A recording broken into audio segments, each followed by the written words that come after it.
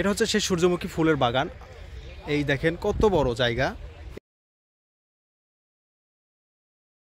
আসসালামু আলাইকুম রহমতুল্লাহ। Monirul blogger page YouTube channel থেকে আপনাদের জানাই স্বাগতম। আজকে আমি আর আমার মামাতো ভাই এসেছি। এটা হচ্ছে আমাদের টেবুনিয়া বিএডিসি ফার্মের অপোজিট পাশে। এটি হচ্ছে সূর্যমুখী দেখার জন্য।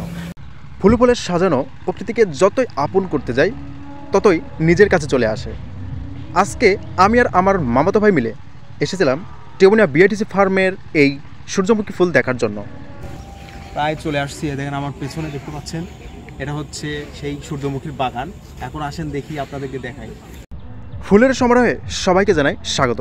ফুল দেখার জন্য দিক বিদিক হয়ে দূর দূরান্ত থেকে আমাদের এই টেবুনিয়া বিএডিসি ফার্মে সবাই মিলে জড়ো হচ্ছে এই সূর্যমুখী ফুল দেখার জন্য। সূর্যমুখী ফুল শুধু ব্যক্তিকেন্দ্রিক আকর্ষণমূলক নয়, এটি রাষ্ট্রীয় পর্যায়ে অনেক বড় একটি ভূমিকা পালন করছে। এটা হচ্ছে সেই সূর্যমুখী ফুলের বাগান। এই দেখেন কত বড় জায়গা। এই জায়গাটিতে অনেক মানুষ আসছে, অনেক প্রতিষ্ঠান থেকে আসছে। সো আজকে আমাদেরকে অনেক ভালো লাগছে এই জায়গাতে এসে। এটা হচ্ছে আমাদের লোকেশনটা হচ্ছে টেবুনিয়া বিএডিসি ফার্মের অপোজিট পাশে।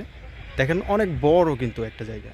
এই জায়গাতে প্রতি বছরে ন্যায়ই আমাদের এখানে হচ্ছে সূর্যমুখী চাষ করা হয়।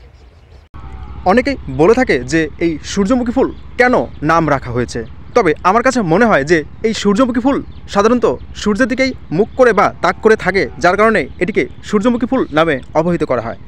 তবে আজকের ভিডিও এই পর্যন্তই। আবারও নতুন করে ভিডিও নিয়ে আপনাদের সামনে উপস্থিত হব ইনশাআল্লাহ।